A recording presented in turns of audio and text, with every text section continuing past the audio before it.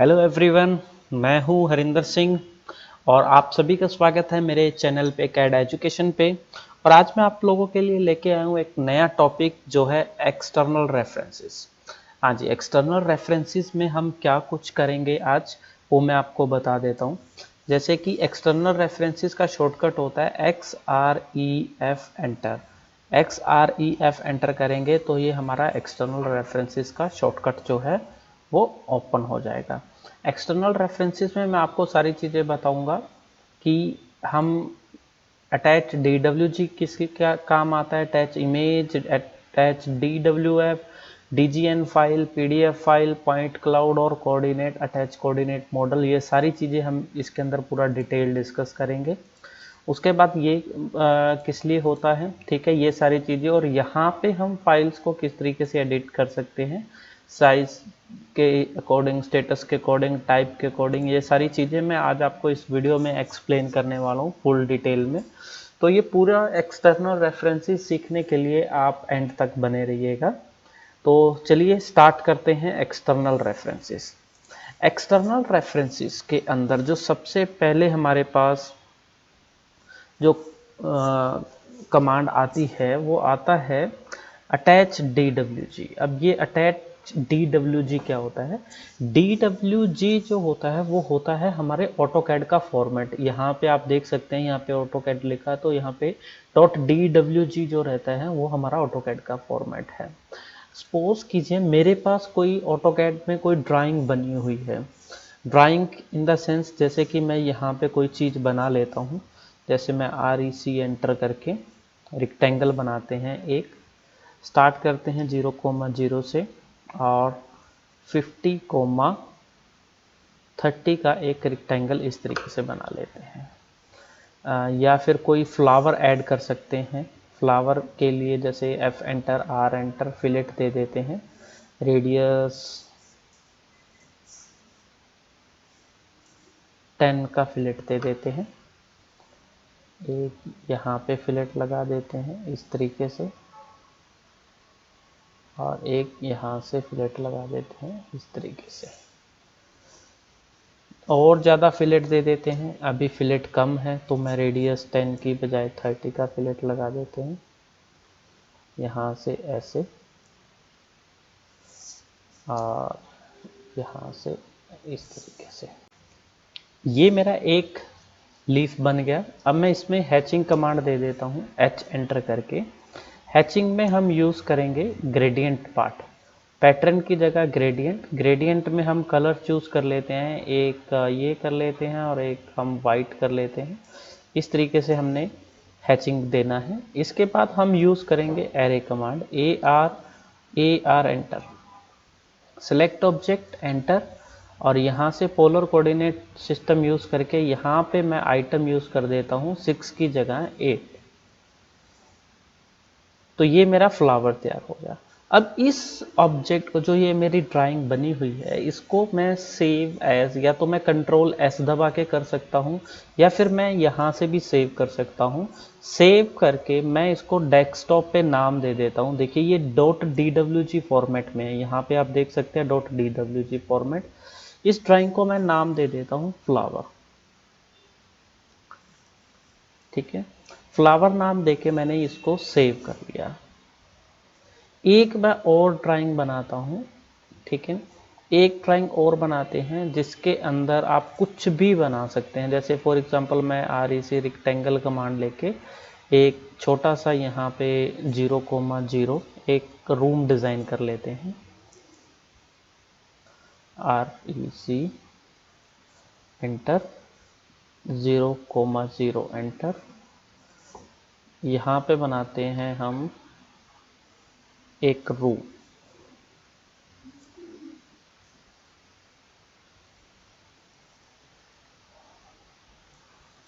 इस तरीके से। ऑफसेट दे देते हैं 1 आउटसाइड में। इस तरीके से मुझे वो फ्लावर जो है ये यहाँ पे मुझे इसके अंदर इंसर्ट कराना है। तो इसको भी मैं क्या कर लेता हूँ, एक सेव कर लेता हूँ। ड्राइंग को सेव करते हैं डेस्कटॉप पे रूम के नाम पे। यहाँ पे रूम के नाम पे। तो अब मैं एक नई ड्राइंग ओपन करता हूँ यहाँ से। तो जैसे मैंने ड्राइंग ओपन किया, अब फॉर एग्जांपल ये मेरी किसी और ड्राइंग बनी हुई है, ये मेरी अलग और ड्राइंग बनी हुई है। इन दोनों ड्राइंग्स को मुझे एक ही ड्राइंग के अंदर कंबाइन करना है, तब मैं यूज़ करूँगा external references. X reference XREF enter करूँगा। तो यहाँ से जो मेरी पहली है अटैच DWG, यहाँ से मैं अटैच DWG करूँगा। डेस्कटॉप से पहले मैं रूम उठा के ओपन करता हूँ।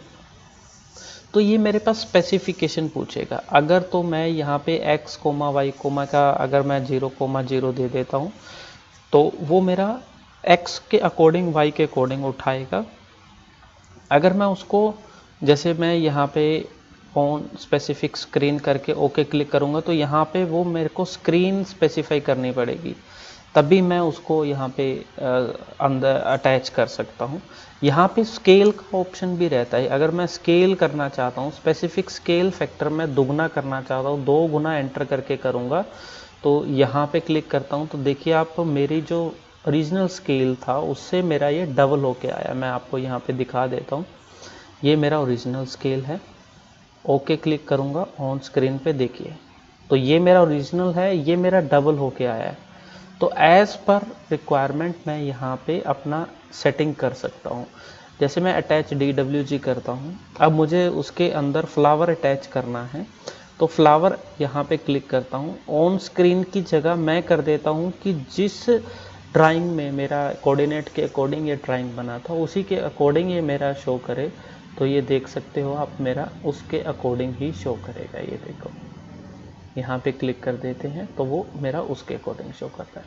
अगर ये बड़ा छोटा आ रहा है तो मैं यहाँ पे क्लिक करने के बाद मैं इसका यहाँ से सिस्टम ये जो है साइज वगैरह, करंट, अटैच, ये आपका पूरा डिटेल बता सकता है। पाथ मेरा कहाँ से है, अटैच कहाँ से हुआ, इसका साइज़ क्या है, ठीक है, और ये मैंने कहाँ से लोडेड किया है, ये सारी चीज़ें वो यहाँ पे बता देगा। अगर मैं एक्सटर्नल रेफरेंसेस का टाइप चेंज करना चाहूँ या इसका पाथ चेंज करना चाहूँ या कोई भी चीज़ मुझे यहाँ से डी अटैच करना है। डी अटैच का मतलब होता है जैसे मैं इसको क्लिक करूँगा, ठीक है, तो वो मेरा अटैच किया हुआ जो फाइल था वो वहाँ से उड़ जाएगा।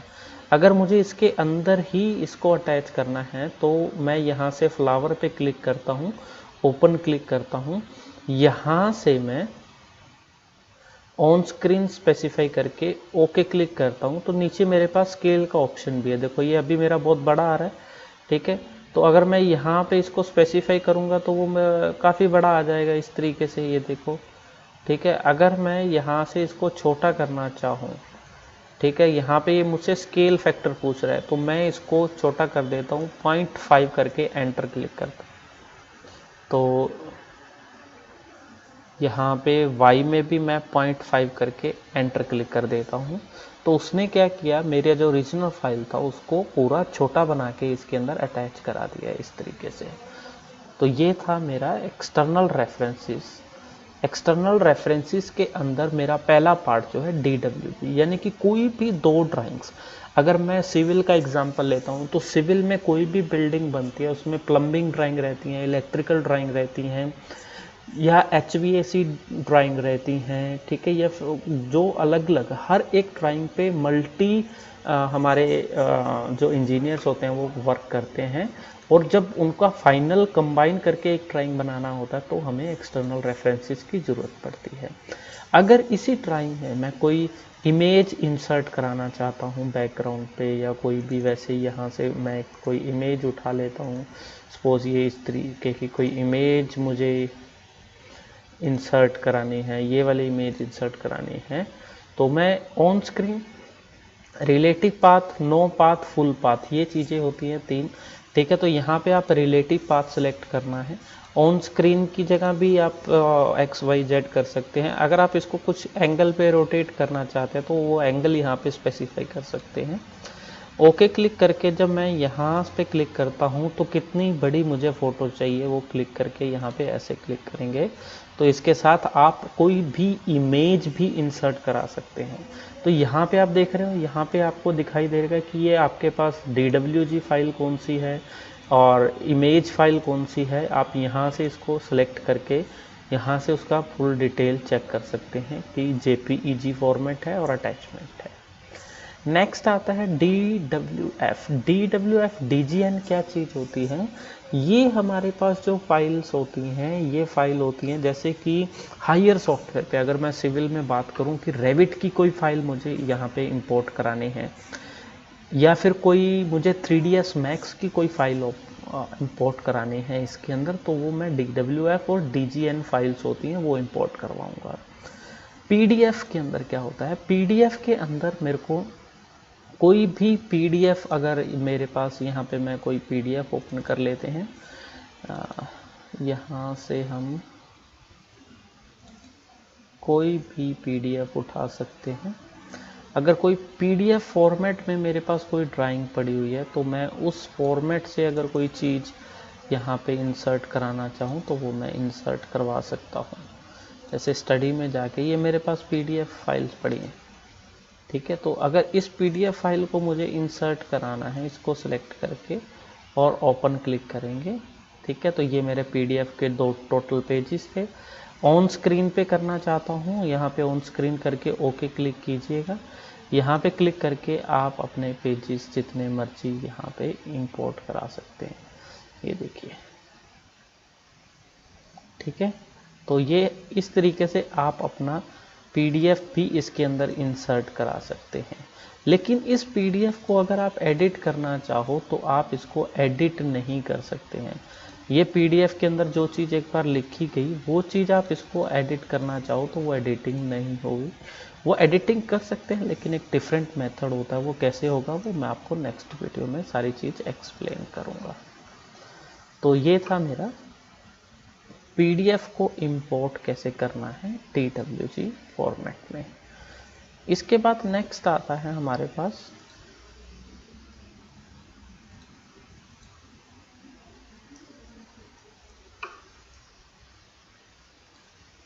ये तो था हमारा इंसर्ट कराने के तरीके।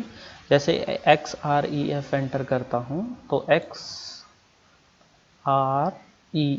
एंटर करते हैं, तो XREF करके तो मैं यहाँ से अपनी कोई भी फाइल एज पर रिक्वायरमेंट, मेरे को DWG फॉर्मेट, कोई ऑटोकैड का चाहिए, कोई इमेज चाहिए, या DWF DGN PDF कोई भी चाहिए, ऐसे ही मैं पॉइंट क्लाउड भी यहाँ पे इंसर्ट करा सकता हूँ ड्राइंग्स। और अटैच कोऑर्डिनेट मॉडल, कोऑर्डिनेट्स, अगर कोई कोऑर्डिनेट मॉडल मैंने कोई डिफरेंट मॉडल यूज़ किया है कोऑर्डिनेट्स का, वो भी मॉडल मैं इंसर्ट करवा सकता हूँ यहाँ से। इसके बाद होता है इसको एडिट कैसे किया जाए।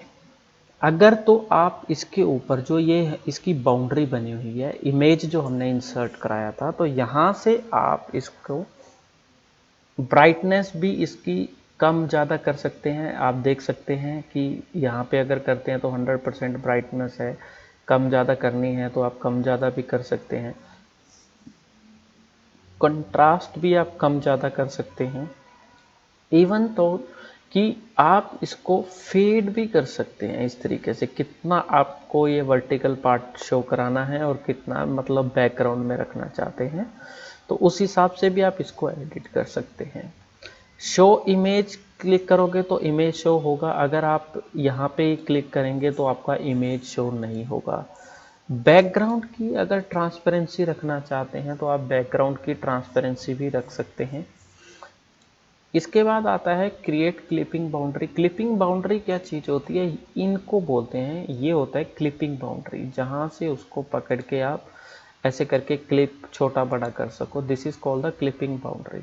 अगर मैं यहाँ पे कर देता हूँ कि मुझे क्लिपिंग बाउंड्री नहीं चाहिए तो वो उसको रिमूव कर देगा क्लिपिंग बाउंड्री को। अब जैसे मैं यहाँ पे क्लिक कर देता हूँ एंटर, ठीक है, तो उसने देखो यहाँ पे मेरा क्लिपिंग जो बाउंड्री है उसको हमारा रिमूव कर दिया। अब मैं यहाँ पे कोई भी बाउंड्री आपको शो नहीं हो रही है। So this is called the clipping boundary. इसके बाद हमारे पास है, ये तो था फोटो को फेड एडिट वगैरह करने का। अगर मैं यहाँ पे कोई DWG फॉर्मेट जो मैंने ड्राइंग इंसर्ट कराया उसको कोई भी एडिट करना है, एडिट रेफरेंस इन प्लेस, अगर मुझे उसी प्लेस पे रूम को एडिट करना है, ओके क्लिक कर देना है। तो ये बोल रहा है external references could not be checked out the editing for editing. ठीक है, a file log already exist on the drawing. तो अगर ये फाइल को आप एडिट करना चाहो तो आप एडिट रेफरेंस इन प्लेस में जाके आप इसको एडिट कर सकते हो। अगर आप रेफरेंस को ओपन करना चाहते हो, ठीक है, अभी मेरे पास यहाँ पे मैं इसको कट कर देता हूँ। अभी मेरे पास ये ना तो फ्लावर है और ना ही मेरे पास ये वाली चीज है। तो इस तरीके से मेरे पास सिर्फ एक ही ड्राइंग ओपन है।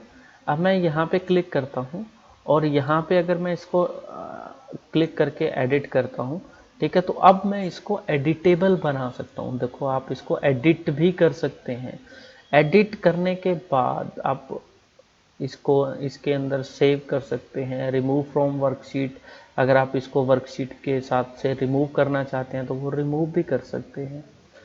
अगर आप अपने इस एक्सटर्नल रेफरेंसेस को, फॉर एग्जांपल ये मेरे पास एक एक्सटर्नल रेफरेंसेस है, मैं यहाँ पे एक बार आपको करके दिखा देता हूँ।